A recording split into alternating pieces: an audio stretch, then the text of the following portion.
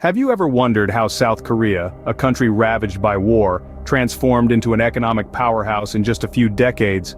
Let's turn back the clock to the aftermath of the Korean War, which spanned from 1950 to 1953.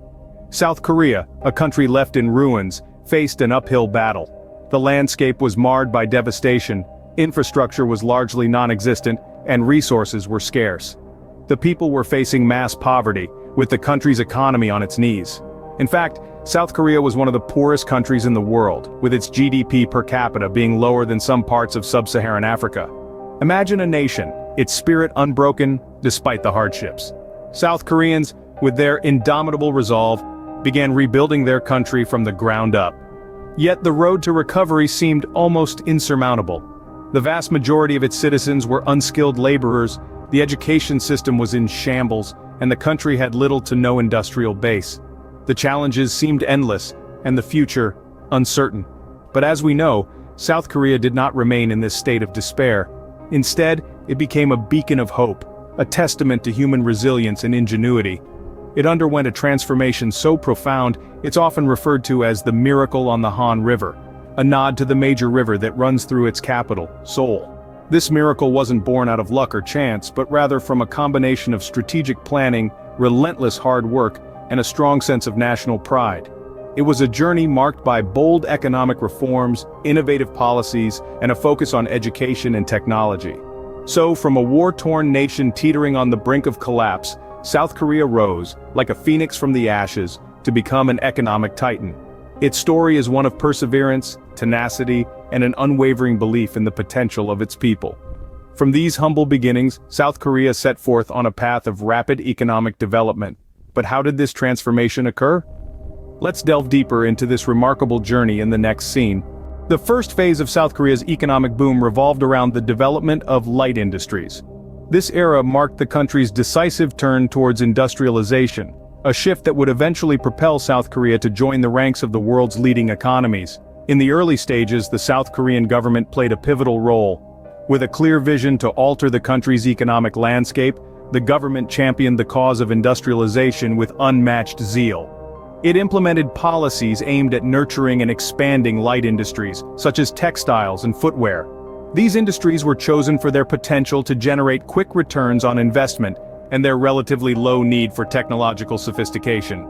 The government's industrialization drive was complemented by an export-led growth strategy. South Korea was not merely producing for its domestic market. Instead, it aimed to compete globally, exporting its products to international markets. This strategy was not simply about earning foreign exchange, it was a means to an end, the end being the attainment of a competitive edge in the global marketplace. But the story of South Korea's economic boom isn't complete without mentioning the role of chaebols, the family-owned conglomerates. These business giants, such as Samsung and Hyundai, became the flag-bearers of South Korea's industrialization drive. Backed by the government, the chaebols ventured into various sectors, from textiles to electronics, making significant contributions to the country's export earnings. The chaebols' influence extended beyond the economic realm. They played a crucial role in shaping South Korea's corporate culture and work ethics. The success of these conglomerates symbolized the country's aspirations and its relentless pursuit of economic prosperity. The focus on light industries and the adoption of an export-led growth strategy, coupled with the pivotal role of the chaebols, marked the first phase of South Korea's economic transformation. It was a phase that witnessed the birth of a new industrial South Korea, one that was ready to compete on the global stage. This first phase laid the foundation for South Korea's industrialization, but the country was not yet done. The journey towards becoming an Asian tiger was only just beginning. The second phase marked a shift from light industries to heavy industries and chemicals. The South Korean government, understanding the need for economic diversification and technological advancement, began to prioritize industries that required a higher level of capital and technology. This was a momentous shift that would further cement the country's place in the global economy. Steel, the backbone of industrialization, became a focal point. South Korea began investing heavily in steel production, aiming to produce not just for domestic use but also for export. This move was strategic as it helped the nation to become self-sustaining and less reliant on imports. Then came the shipbuilding industry. South Korea, with its strategic geographical location and abundance of skilled labor, quickly became a world leader in shipbuilding. From fishing vessels to container ships, the country's shipyards were teeming with activity, further driving economic growth. The automobile industry, too, was not left behind. The government encouraged the development of a domestic automobile industry, leading to the birth of globally renowned brands that we know today. These car manufacturers not only supplied the domestic market but also exported their vehicles worldwide, contributing significantly to South Korea's export-led growth strategy. The chemical industry also witnessed a boom. With the country's rich natural resources, South Korea was able to produce a wide range of chemicals, from petrochemicals to specialty chemicals. This industry played a crucial role in the country's industrialization and economic growth. Behind this remarkable transformation were the chaebols, the large, family-owned conglomerates. They played an instrumental role in this phase, driving industrialization and contributing to the nation's growth. These conglomerates, with their vast resources and influence, were able to take on massive projects that would have been impossible for smaller companies. By the end of this phase, South Korea had successfully industrialized. But the journey towards becoming an Asian tiger was not yet complete. The country was poised for the next phase of its economic development, one that would see it leap into the realms of high technology and information. But that, dear listeners, is a story for another time. The third phase saw South Korea transition into a high-tech and information-based economy. In the blink of an eye, South Korea metamorphosed into a powerhouse of technology and information. The country's economy, once heavily reliant on light and heavy industries, now began to pivot towards sectors such as semiconductors, electronics, and IT services. This shift wasn't an overnight phenomenon, nor was it a matter of chance. It was a calculated move, driven by a vision for a future built on the bedrock of technology. At the heart of this transformation lay the semiconductor industry. South Korea didn't just adopt this technology, it became a global leader in it. Think of any electronic device today, and there's a good chance it has a semiconductor that was made in South Korea. This small nation was now producing the building blocks of the digital age. Parallel to this, the electronics sector also flourished. South Korea became home to some of the world's leading electronics companies. From televisions to mobile phones, South Korean products found their way into homes and offices around the globe. The IT services sector was no exception. South Korea capitalized on its technological prowess to offer world-class IT solutions. The country's high-speed internet and advanced IT infrastructure made it a desirable destination for businesses worldwide. But how did South Korea manage this transformation? The answer lies in education. The country heavily invested in educating its people, especially in science and technology. It understood that the future belonged to those who could innovate and create.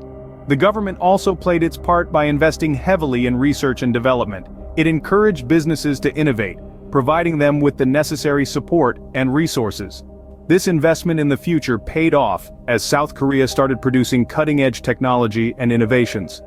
This phase was more than just a transition, it was a metamorphosis. It was a period that saw South Korea shed its old skin and emerge as a global leader in technology and innovation. This phase cemented South Korea's place as a global leader in technology and innovation. Today, South Korea stands as one of the 4 Asian tigers, a testament to its remarkable economic transformation. This nation, once ravaged by war, has risen like a phoenix from the ashes to become a global economic powerhouse. South Korea's economy today is a vibrant amalgamation of several sectors, each playing a crucial role in its continued growth and prosperity. At the forefront of this economic juggernaut are industries such as electronics, automobiles, and shipbuilding, sectors in which South Korea has established itself as a global leader. It's hard to imagine a world without the innovative electronics that South Korea brings to the global market. From televisions to smartphones, South Korean companies are at the cutting edge, constantly pushing the boundaries of what's possible. Similarly, the nation's automobile industry is a force to be reckoned with, producing vehicles that are renowned worldwide for their quality and reliability. South Korea's shipbuilding industry, too, is a titan in its own right. This small Asian nation is responsible for more than 40% of the world's shipbuilding, a testament to its industrial prowess and technical expertise. However, the path to economic prosperity is not without its challenges. South Korea today grapples with issues such as an aging population, income inequality, and the need for sustainable growth. But if history is any indication, South Korea is more than capable of rising to the occasion.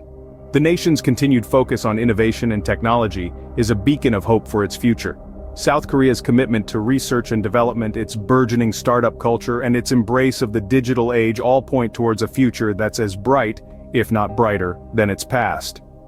From a war-torn nation to a global economic powerhouse, South Korea's journey is truly a miracle on the Han River. It's a story of resilience, determination, and the indomitable spirit of a people who refused to be defined by their past, but instead chose to shape their own future. And there you have it, the remarkable story of South Korea's economic boom. If you enjoyed this video, remember to like, comment, and subscribe to Mr. Explainer for more insightful videos. Until next time, keep wondering, keep exploring,